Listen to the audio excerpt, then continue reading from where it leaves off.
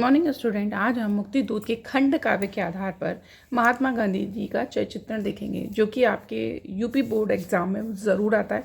आप ज़रूर तैयार करके जाइएगा, ये आपको ज़रूर मिलेगा। देखिए कितने बार आया है, 14, 15, 16, 17, 18, 19, 20 ने लगातार आया है। आपको ये ज़रूर तैयार करना है। तो चलिए बिना देर किए इस पर हम गौर फरमाते हैं। तो आपसे पूछ रहा है कि महात्मा गांधी जी के चरित्र चित्रण लिखिए, नायक का चरित्र चित्रण लिखिए, या आपसे किसी भी तरीके से पूछे तो आपको गांधी जी का तैयार कर जाना है चरित्र चित्रण। तो आपसे पूछता है कि मुक्ति दूत खंड काव्य के मुख्य पात्र के व्यक्तिगत की विशेषताएं लिखिए, मुक्ति दूत खंड काव्य के प्रधान पात्र का चित्रांकन कीजिए, या आपसे पूछता है मुक्ति दूत खंड काव्य के उस पात्र का चरित्र चित्रण कीजिए जिसने आपको सबसे अधिक प्रभावित किया है। तो हमें सबसे ज़्यादा प्रभावित किया है गांधी जी ने, तो आज हम गांधी जी के बारे में देख लेते हैं। डॉक्टर राजेंद्र मिश्र द्वारा रचित मुक्ति दूत नामक खंड काव्य में महात्मा गांधी के पावन चरित्र का वर्णन है। गांधी जी इस खंड काव्य के नायक हैं। प्रस्तुत काव्य के आधार पर महात्मा गांधी जी के चरित्र चित्रण की विशेषताएं इस प्रकार हैं। देखिए बच्चों, ये था पहला इनका जो है वो है दिव्य पुरुष। इनको दिव्य पुरुष कह सकते हैं कि कवि ने गांधी जी को ईश्वर का अवतार बताया। भारत में अंग्रेजों के अत्याचार बढ़ जाने पर देश को स्वतंत्र कराने के लिए परमात्मा ने महात्मा गांधी के रूप में जन्म लिया था। इस प्रकार मुक्ति दूत के नायक महात्मा गांधी साधारण पुरुष न होकर दिव्य पुरुष थे। देखिए, आप अपनी राय, आपकी राय इनके बारे में क्या है उससे एग्जामिनर को कोई मतलब नहीं है। आपको जो किताब में बताया जा रहा है आप उसी हिसाब से आप वहाँ पर लिख कर आइएगा। फिर है हरिजनोद्धारक थे, यानी हरिजन के उद्धार किया था इन्होंने। कैसे? तो गांधी जी असहाय और दलितों के सहायक, उनकी दुर्दशा देखकर गांधी जी का हृदय वेदना से भर जाता था। और क्या करते थे वो? फिर संसार में वे सभी को ईश्वर की संतान मानते थे। उनका प्रश्न था, जिन हाथों ने संसार गढ़ा क्या उसने हरिजन नहीं गढ़े? तब फिर ये कैसा छुआछात इस गीता में पाठ पढ़े। ठीक है। गांधी जी साबरमती आश्रम में हरिजनों को भी रखते थे। आश्रम के प्रबंधक के विरोध करने पर गांधी जी ने स्पष्ट शब्दों में कहा है। क्या कहा है तो देखते हैं। मैं घृणा देश की ये आंधी ना चलने दूंगा ना चलाऊंगा, या तो खुद ही मर जाऊंगा या इसको मार भगाऊंगा। आपकी फिर जो गांधी जी हैं उनकी तीसरी जो विशेषता है, हिंदू मुस्लिम एकता के समर्थक रहे हैं। गांधी जी सांप्रदायिकवाद वैर भाव के कट्टर विरोधी थे। उन्होंने स्वतंत्रता संग्राम में हिंदू मुस्लिम दोनों को साथ लिया था।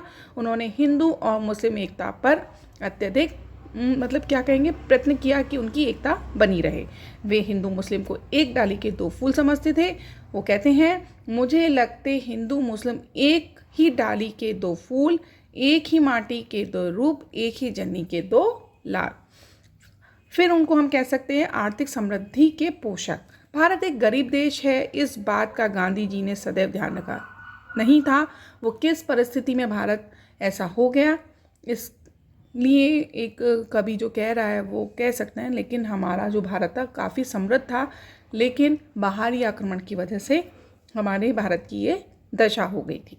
तो उन्होंने गरीबी को दूर करने के लिए स्वदेशी वस्त्रों का निर्माण एवं स्वदेशी वस्त्रों का बहिष्कार, खादी एवं चरखे को प्रोत्साहन, सादा जीवन और उच्च विचार की प्रेरणा, मादक द्रव्यों का त्याग आदि अनेक प्रयत्न किए। गांधी जी ने भारत की दीनहीन दशा को सुधारने के लिए अथक प्रयत्न किए। क्या किए देखते हैं। आप सभी जानते हैं कि उन्होंने आंदोलन चलाया। उन्होंने कहा कि अंग्रेजी पोशाक का बहिष्कार करो, घर में सूत काटो, ये सब है। और आप इस तरह से अपने लैंग्वेज को थोड़ा सा बड़ा करेंगे तो आप थोड़ा कॉपी भरेंगे तो अच्छा रहेगा। जो छोटा बच्चा भी भारत का है एक, अगर नंगा भूखा, गांधी जी को चैन कहाँ होगा, वह भी सो जाएगा भूखा। अहिंसा और करुणा की मूर्ति इन्हें कहा गया है। गांधी जी अहिंसा के पुजारी और करुणा की साकार मूर्ति थे। अंग्रेजों के संकट के समय भी वे लाभ उठाना न्यायसंगत नहीं समझते थे। आपको याद होगा कि इन्होंने जब अंग्रेजों के ऊपर उन्होंने आक्रमण किया था तो उन्होंने अपनी सेना भेज दी थी, जिसका विरोध होना भी ज़रूरी था और हुआ भी था, लेकिन ये उनका शायद गलत निर्णय रहा। लेकिन इन्होंने करुणा के क्योंकि इनके अंदर करुणा थी तो इन्होंने ऐसा डिसीज़न ले लिया। तो समय भी वे लाभ उठाना न्याय संगत नहीं समझते थे। वो चाहते तो उस समय अंग्रेज कमज़ोर थे, अगर वहाँ प्रहार करते तो हम बहुत जल्दी स्वतंत्र हो जाते। भारत की दयनीय दशा देखकर उनके हृदय में करुणा का सागर लहराने लगता था। फिर देखते हैं भारत के मुक्तिदूत। भारत के मुक्तिदूत क्यों कहा गया इन्हें? क्योंकि महात्मा गांधी ने भारत को अंग्रेजों से मुक्त कराने के लिए भारतीय स्वतंत्रता संग्राम का कुशल नेतृत्व किया। उनके 30 वर्ष के सतत प्रयासों से भारत की मुक्ति का स्वप्न पूर्ण हुआ, इसलिए इन्हें मुक्तिदूत कहा जाता है ना। उनके कुशल नेतृत्व में प्रतंत्रता की श्रृंखला टूटकर छिन्न भिन्न हो गई और भारत 15 अगस्त 1947 को स्वतंत्र हो गया। अतः वे सच्चे अर्थों में भारत के मुक्तिदूत थे। आपको ये बताना पड़ेगा क्योंकि आपसे ही ये पूछा जा रहा है मुक्तिदूत का चित्रण या चारित्रिक विशेषताएं, आपको ये ज़रूर मेंशन करना पड़ेगा। 7 है सम्मान और पद के निर्लोभी, यानी इन्हें सम्मान और पद नहीं चाहिए था, इनको कोई भी ऐसा लोभ नहीं था।